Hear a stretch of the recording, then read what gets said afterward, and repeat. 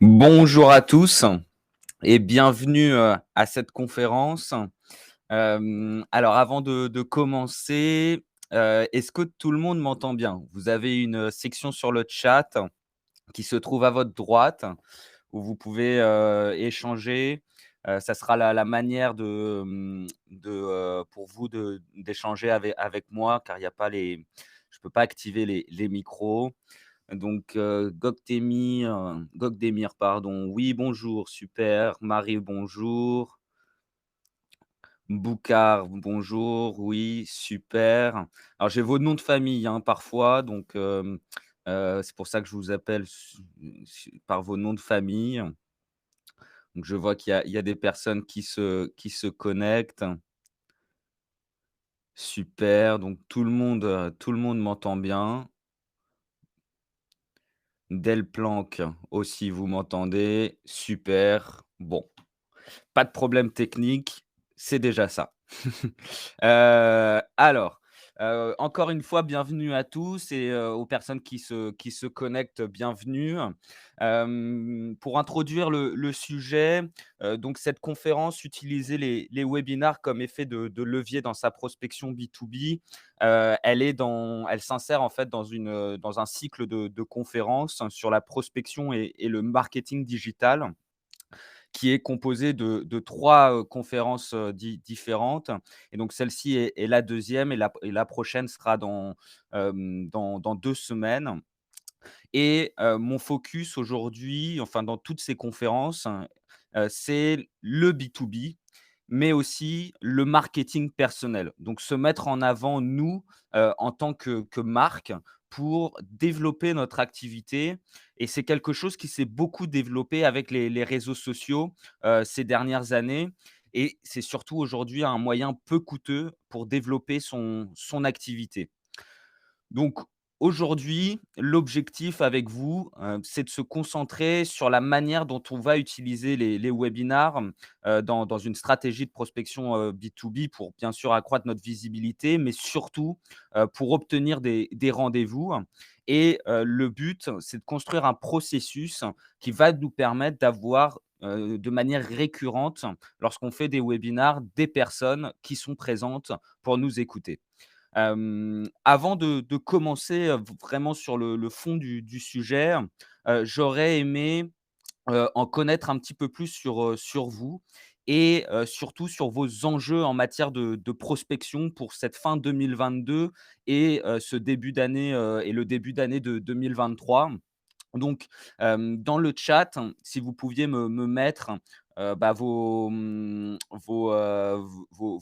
enjeu, l'enjeu que vous avez en matière de prospection, ça me permettra bah, d'aller plus loin, dans votre, dans les paroles que je vais, faire au enfin, dans ce que je vais dire aujourd'hui, de vous connaître, trop mieux.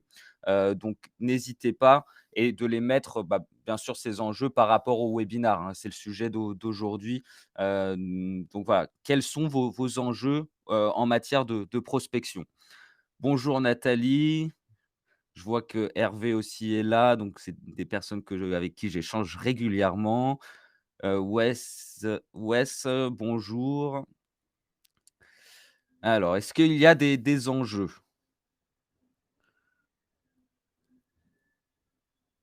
Johan, bonjour, super. Angéline aussi, bonjour. Pas mal de personnes avec qui j'ai déjà échangé.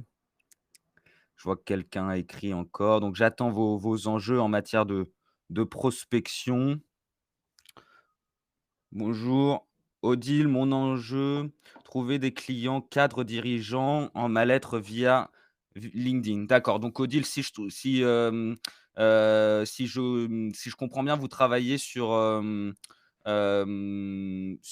bien-être au travail, hein? Robin, reprendre rendez-vous après un webinaire sans faire de démarche commerciale.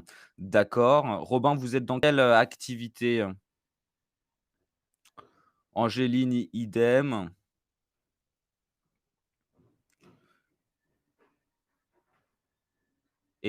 Odile, équilibre vie perso, vie pro, d'accord.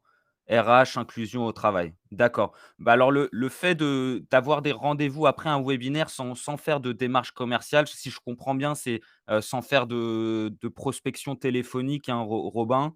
Ça, on va le discuter aujourd'hui. Donc vous êtes au bon endroit.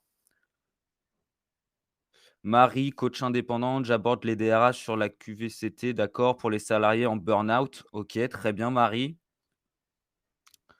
Donc pareil, pour obtenir des rendez-vous, on va traiter ça, aujourd'hui.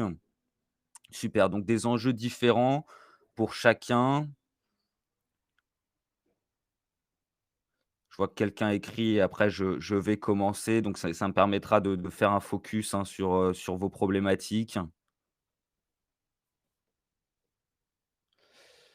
Trouver des clients dirigeants d'entreprise pour leur évolution pro et perso, accompagner leurs comex. Je cherche aussi des clients RH, juristes, acheteurs pour les former au body language. OK, super. Très bien, très intéressant aussi. Alors, Johan, mes enjeux sont de m'asseoir le plus souvent en face de dirigeants de PME de 1 à 50 salariés, de 500K à 20 millions de CA. Je suis dans la téléphonie d'entreprise, donc une cible très très large. J'ai besoin de générer du lead ou du moins de faciliter la prospection téléphonique. Ok, alors ça aussi, c'est quelque chose qu'on va voir par rapport à la prospection téléphonique et le rôle que les webinaires peuvent avoir dans une stratégie de prospection. Donc je vais l'aborder. OK, super. Bah, je remercie chacun de vous qui a participé, à cet exercice. Donc ça va me permettre de focuser un peu plus mon propos aujourd'hui par rapport à vos problématiques. Donc avant de commencer, juste pour vous expliquer comment on fonctionne, dans le cadre de notre cycle de conférences. Aujourd'hui, donc je vais vous expliquer les enjeux importants, en matière de webinar en prenant des cas et des illustrations, hein, pour, bah, vous montrer quelle est, la stratégie et ensuite ce qu'on propose, avec mon équipe, c'est, de vous proposer un rendez-vous pour échanger sur votre situation, un peu comme on l'a fait là aujourd'hui, et de voir si on peut, vous aider, de quelle manière on le ferait et à quelles conditions et bien sûr, c'est un rendez-vous, gratuit, et donc bah, on échangera sur votre projet et la stratégie qu'on met en place et le but, à la fin de ce rendez-vous la semaine prochaine, bah, c'est que vous ressortiez là, c'est que vous ressortiez de ce rendez-vous, avec une stratégie applicable par vous ou ensemble et notre promesse, bah, c'est vraiment de reformuler vos enjeux, vos objectifs, et de voir si on peut vous aider. Voilà pour le début. Maintenant, on passe aux choses concrètes. Donc premièrement, pourquoi, faire des conférences en ligne? Alors, quand on est dirigeant, ou commercial, on est, d'une certaine manière des artistes ou des ambassadeurs de notre projet et les webinars, en fait, vont, consister à imprimer notre ADN sur notre public. L'intérêt l'intérêt, en fait, est que quand on fait de la prospection, on peut passer beaucoup de temps à convaincre, un par un nos prospects. En faisant, par exemple, de la prospection téléphonique, où on passe, on passe toute sa journée à appeler différents prospects, les convaincre de générer un deuxième rendez-vous. Et en fait, les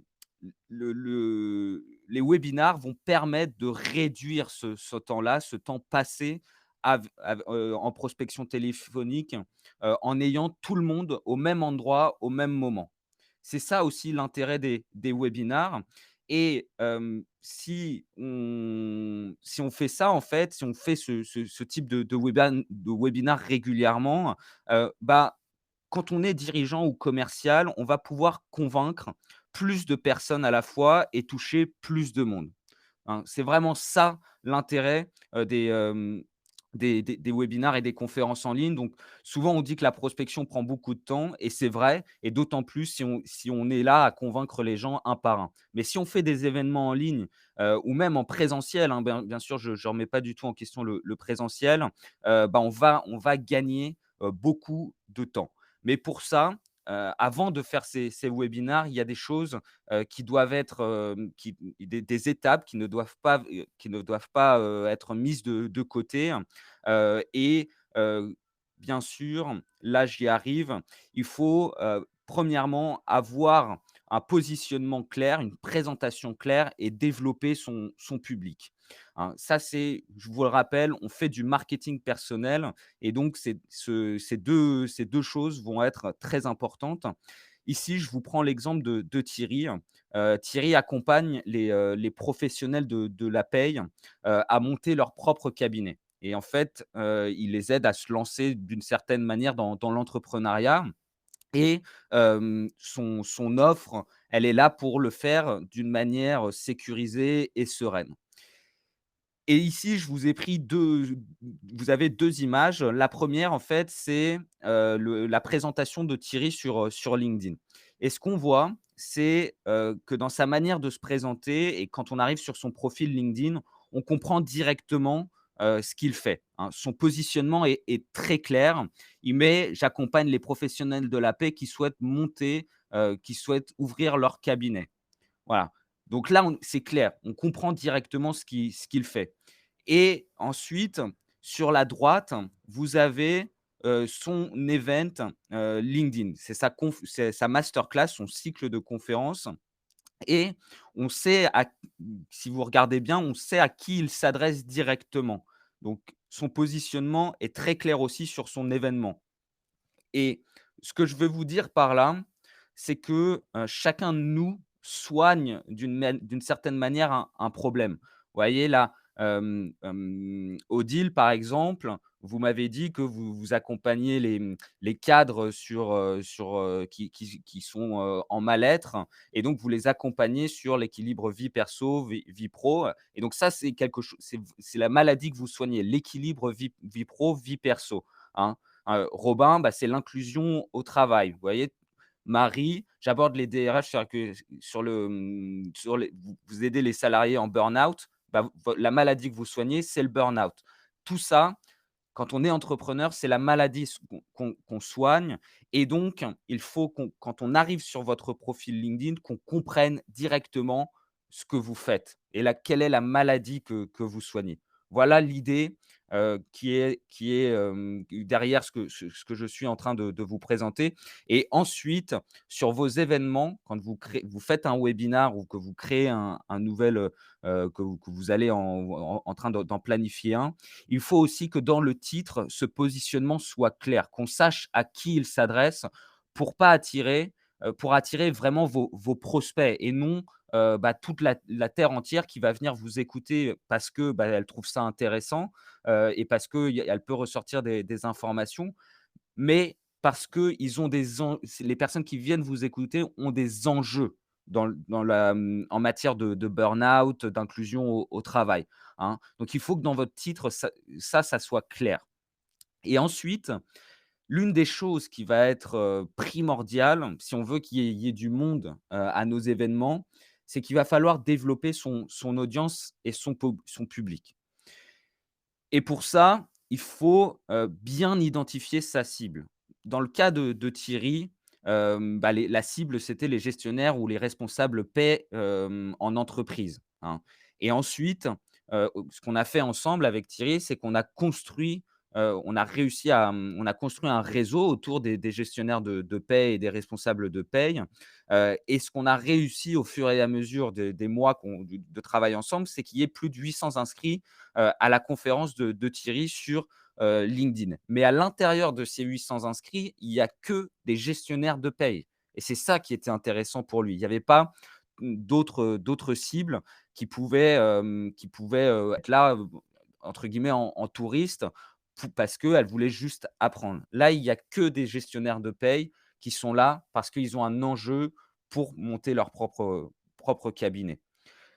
Donc C'est vraiment en construisant ce réseau-là autour de notre cible, hein, des personnes que l'on peut aider et c'est une question que vous devez vous poser: «Qui est ma cible?» hein. Donc, par exemple, Wes, vous m'avez dit: «Je cherche aussi des clients RH, juristes, acheteurs». Bon, bah, voilà, ce sont des personnes que vous devez avoir dans votre réseau sur LinkedIn. C'est très important parce que sinon vous n'allez pas atteindre les bonnes personnes.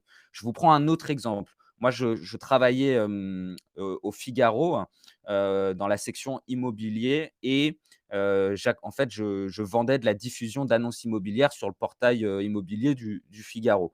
Et mon but, c'était de toujours avoir les gérants ou les gérantes d'agences immobilières parce que, c'était elles qui avaient le pouvoir de signer un contrat et c'était elles qui connaissaient les enjeux en matière de communication dans l'agence. Si j'avais un agent immobilier, mais qui n'avait pas de responsabilité à ce niveau-là, bah, je demandais toujours la gérante ou le gérant. C'était vraiment ça l'objectif, de toujours avoir le patron avec qui échanger sur les enjeux de communication de l'agence, hein. Donc voilà pourquoi identifier sa cible, est très important pour ensuite développer son public qui peut avoir un enjeu par rapport à la maladie qu'on soigne et ensuite bien sûr, bah, les inviter à notre événement, pour qu'ils répondent présents le jour J. Ensuite, il va falloir un effet de levier. Alors ça, c'est ce qu'on propose avec CFP Talent, dans le cadre du travail qu'on fait avec nos clients. En fait, pour vous expliquer, on se considère souvent, comme des agents d'artistes et donc nos clients sont les artistes et nous, on est les agents et notre objectif, bah, c'est de développer la visibilité et de booster les ventes de chacun de nos clients et quand on travaille avec eux, on développe le réseau de chacun. On développe le réseau de chacun. Alors, est-ce que tout le monde m'entend? Je vois qu'Hervé, vous aviez perdu le son, revenu, c'est de mon côté. OK, pardon. OK pour moi, super. Donc Hervé, ouais, c'était de votre côté.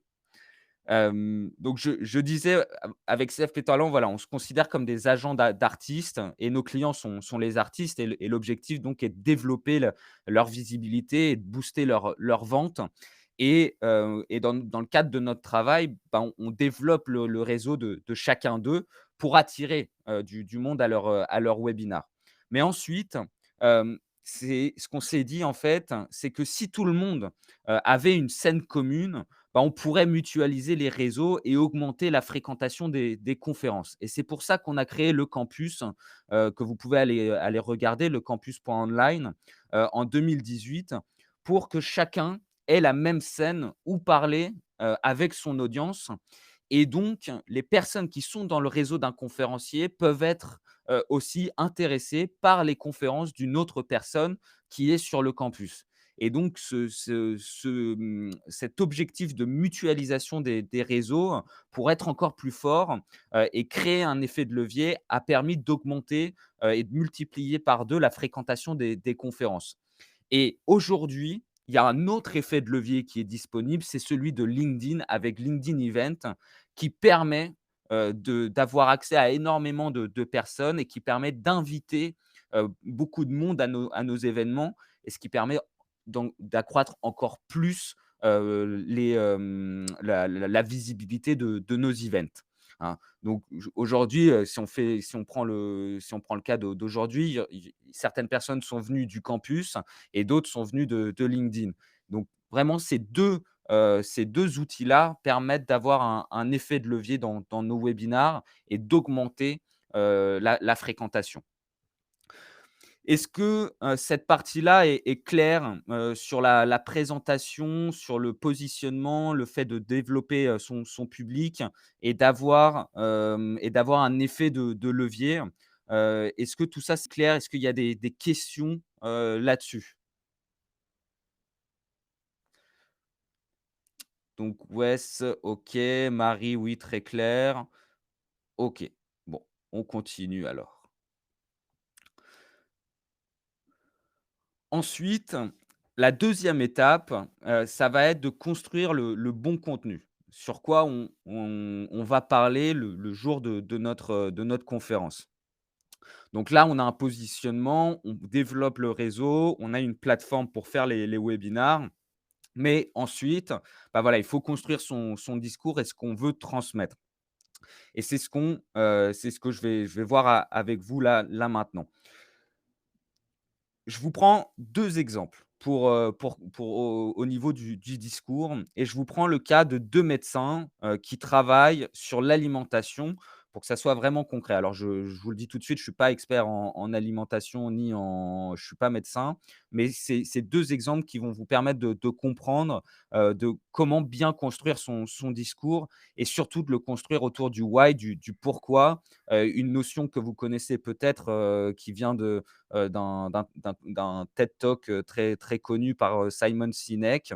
Donc je vais vous expliquer aujourd'hui, heu, pourquoi le pourquoi est très très important. Donc vous avez deux médecins qui vont faire un webinar et vous avez le premier qui va, avant son webinar, faire une étude, pour savoir ce que les personnes inscrites à sa conférence désirent savoir sur l'alimentation. Et ce qui va se passer, c'est et sûrement ça sera ça, c'est que les inscrits à la conférence vont demander, à avoir, bah, des techniques ou des techniques, des tips, hein, pour maigrir ou manger, de manière équilibrée. Et donc ensuite, le médecin, par rapport au retour qu'il a pu, avoir, il fera sa conférence en expliquant, bah, voilà, la technique numéro un, la technique numéro 2, technique numéro 3 pour, maigrir ou manger plus sainement. Et ensuite, ce qui va se passer, bah, c'est que les participants à la conférence vont mettre en place, ou pas, hein, d'ailleurs, mais, vont mettre en place ces techniques par eux-mêmes. Mais là, vous avez un deuxième médecin qui fait une autre conférence et qui va la faire aussi sur l'alimentation et qui va expliquer pourquoi est-ce que l'alimentation est un enjeu majeur pour notre santé. Donc, il va dire, par exemple, que l'alimentation joue, un rôle essentiel dans le développement, de maladies cardiovasculaires ou dans le déclenchement d'un cancer, par exemple. Et dans sa conférence, il va montrer des exemples de personnes qui ont modifié leur alimentation et donc qui sont arrivées à décaler, en fait, ce déclenchement de maladie, par exemple. Et il va argumenter aussi tous ces exemples par des études, qu'il va montrer lors du webinar. Et en fait, ce qu'il va faire, c'est qu'il va insister sur l'importance de prendre ces enjeux en compte. Par exemple, quand on a plus de 40 ans ou de 50 ans, il va leur dire: «Bah, voilà, si vous avez plus de 50 ans aujourd'hui, il y a un risque majeur et donc c'est important d'être dans l'anticipation qu'être là, le jour J à se dire: "Bah, il faut que je la modifie là maintenant parce que, voilà, il y a quelque chose qui arrive"». Hein, mais il va parler sur ça, sur les enjeux et sur pourquoi c'est important de les prendre en compte. Et bien sûr, là, le cas du médecin peut faire peur, mais le but n'est pas du tout de faire peur. Le but, c'est de sensibiliser son audience à une problématique bien concrète. Et une fois, en fait, que le médecin a montré l'enjeu, il va donc insister envers les personnes qui sont dans cette catégorie, qui ont plus de 40 ou 50 ans, par exemple, pour qui il peut y avoir un risque de prendre rendez-vous pour discuter des solutions qui peuvent être mises en place, à mettre, enfin des solutions à mettre en œuvre pour répondre à cet enjeu. Voilà comment il faut aborder les webinars. Le but, je vous le rappelle, c'est de développer notre visibilité, mais aussi, bah, d'obtenir des rendez-vous et donc si on donne que des techniques, là, les personnes vont essayer de le faire par eux-mêmes. Mais si on est dans un enjeu commercial, là, il faut aller sur le pourquoi, sensibiliser son audience à une problématique et lui montrer que c'est essentiel d'y répondre et ensuite de l'inviter à prendre rendez-vous, avec nous. C'est ça l'enjeu d'un webinar et pourquoi il faut construire son discours autour du why. Est-ce que ça, c'est clair pour tout le monde? Est-ce qu'il y a des questions?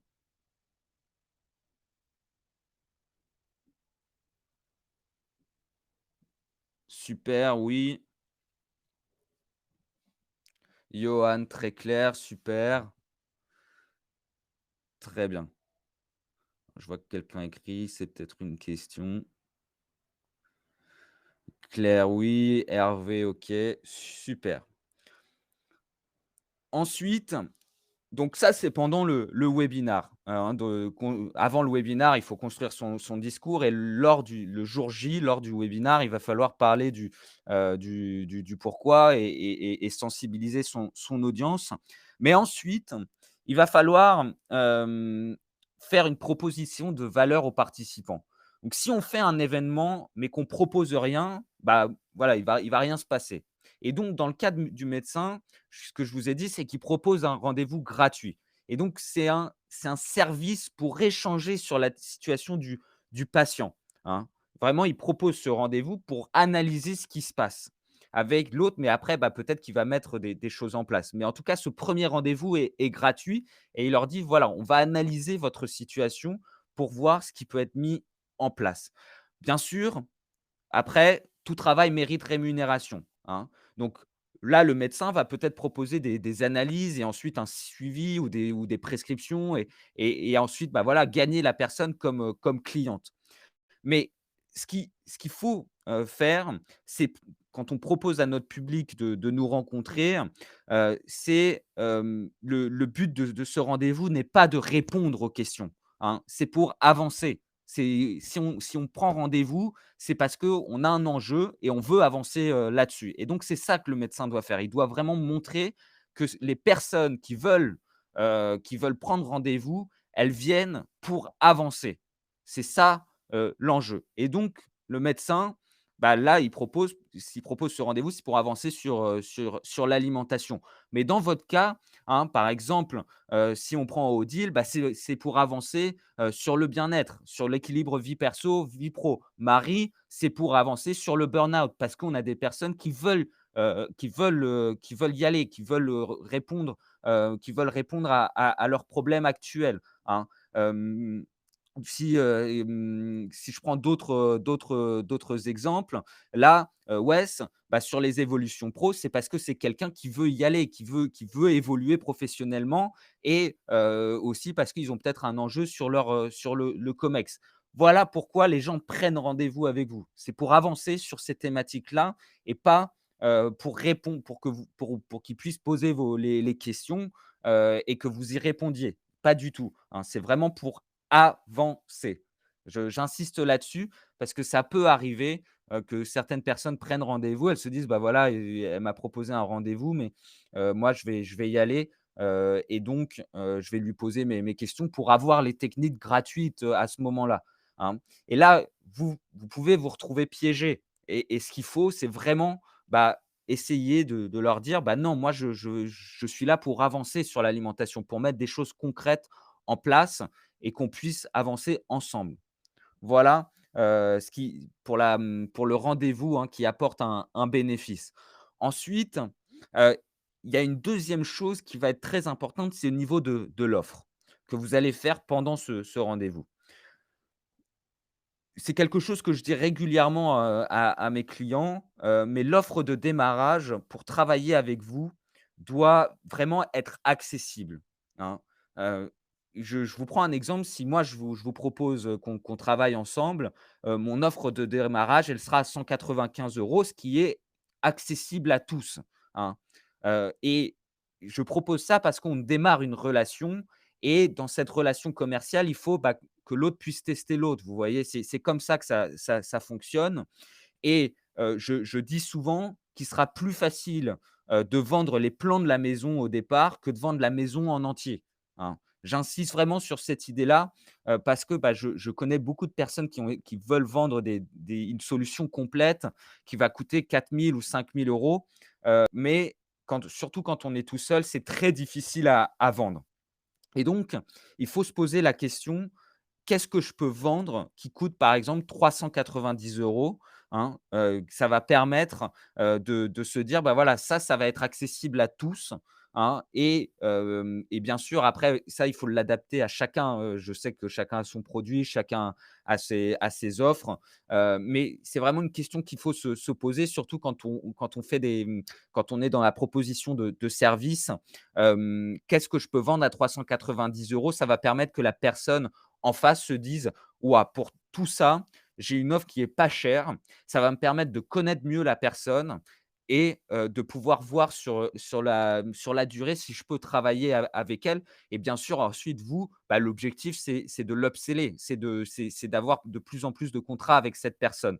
Mais ce positionnement en fait qui va permettre de vendre quelque chose à un prix accessible à tous, ça donne encore plus envie de bosser avec vous et c'est quelque chose qu'on ne peut pas refuser, hein. On peut le refuser, mais ce que je veux dire, c'est que, si vous avez quelqu'un qui a un enjeu en matière de burn-out ou autre et que vous lui vendez une prestation à 5 000 € pour un accompagnement, par exemple, sur un an, alors que vous ne connaissez pas forcément très bien, et bah, ça va être plus facile de lui dire: «Bah, voilà, je vous fais à 390 € pour 2 mois et ensuite, bah, on continue ou non». Vous voyez? Ça vous laisse cette liberté-là et donc c'est une offre qui n'est pas refusable.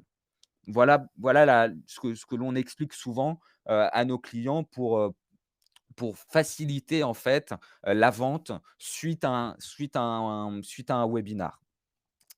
Est-ce qu'il y a des questions, là-dessus, sur la proposition de valeur, le rendez-vous qui apporte un bénéfice et sur l'offre accessible?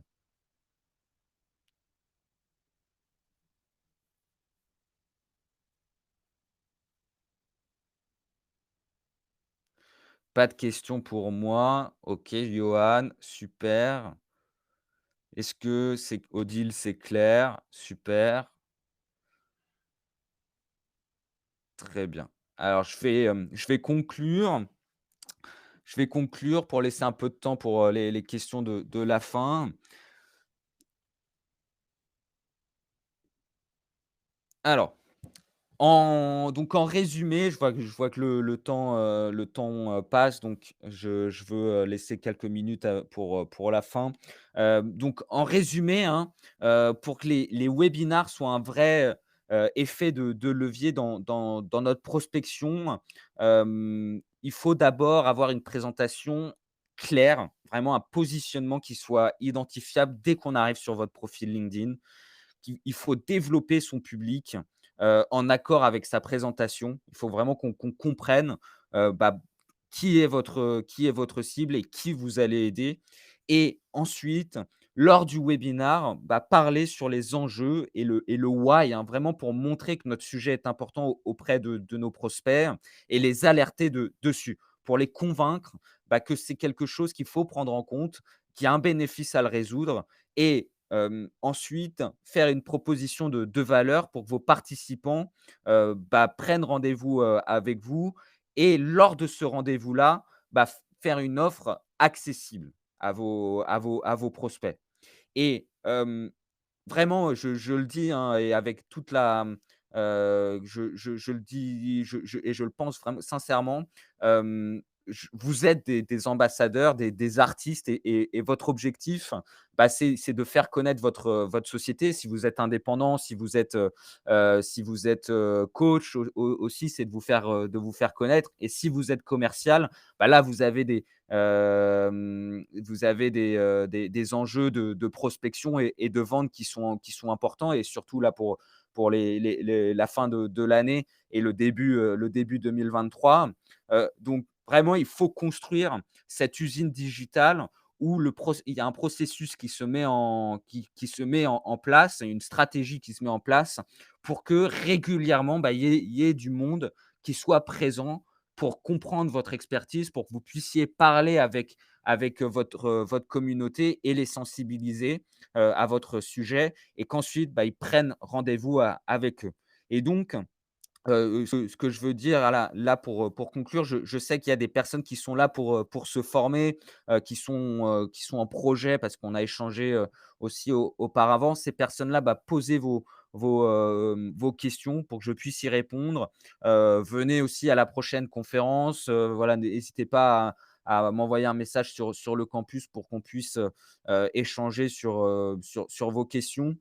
Les autres, je sais qu'il y a des personnes qui sont en responsabilité, des coachs avec qui j'ai pu échanger, des commerciaux aussi, et des dirigeants d'entreprises.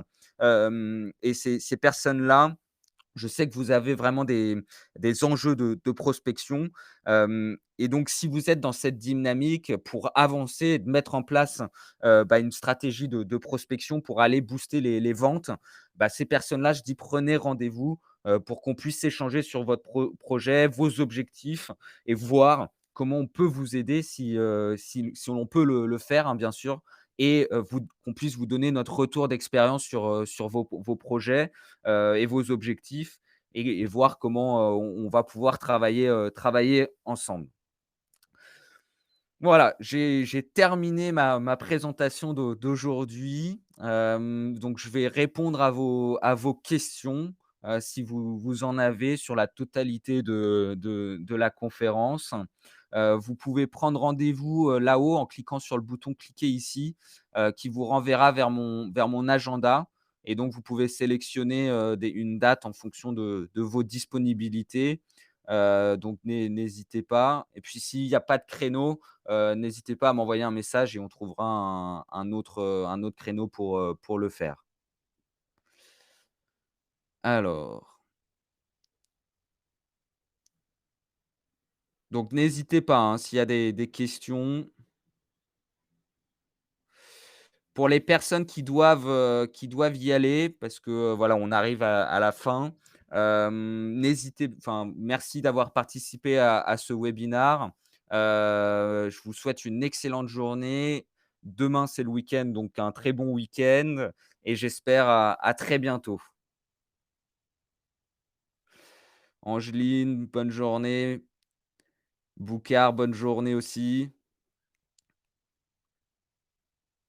Johan, excellente journée. Odile, merci. Merci Hervé.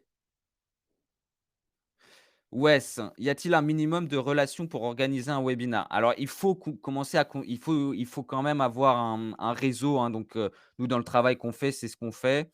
Mais voilà, si vous avez 100 relations, vous pouvez pas commencer à faire un webinar, parce que votre audience est quand même limitée. Il faut ajouter les bonnes personnes. Et c'est pour ça que nous, dans le cadre de notre travail, avant de faire le webinar, on travaille sur de l'approche directe, pour commencer à avoir du contact, même sur le début du travail, tout en développant le réseau. Ensuite, on fait une autre production de contenu qui sont les articles, tout en développant le réseau pour commencer à vous créer, en fait, cette légitimité sur votre sujet, votre expertise, et bien sûr, après, inviter tout ce monde-là qu'on constitue sur les 3 premiers mois à travailler, à venir à votre webinar. Donc il faut quand même avoir un réseau, et surtout qu'il soit qualifié, en fait. C'est surtout ça l'important, parce que vous pouvez faire un webinar avec 300 relations ou 500, vous voyez? Mais il faut que ce réseau commence à être qualifié. C'est surtout ça qui est important. Quel est le meilleur créneau horaire pour, Odile, si je comprends bien, c'est pour, faire un webinar, hein?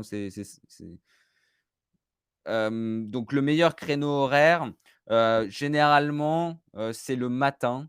Le matin, c'est le bon moment, pour faire ces webinars. L'après-midi, ça marche moins bien.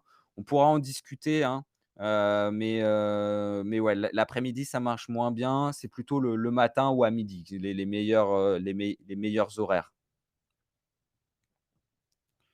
Ouais, je vois qu'il y a des gens qui ont pris rendez-vous, donc Johan, c'est confirmé. Jean, c'est confirmé aussi, et ensuite il y avait Pascal, confirmé aussi. Pour ces personnes qui ont pris rendez-vous, je vous les confirme. Écoutez, je vous libère tous. Merci, encore une fois d'avoir été présent ce matin. Passez une excellente journée, et à très bientôt, je l'espère, et au prochain webinaire, peut-être. Bonne journée Marie, bonne journée Odile.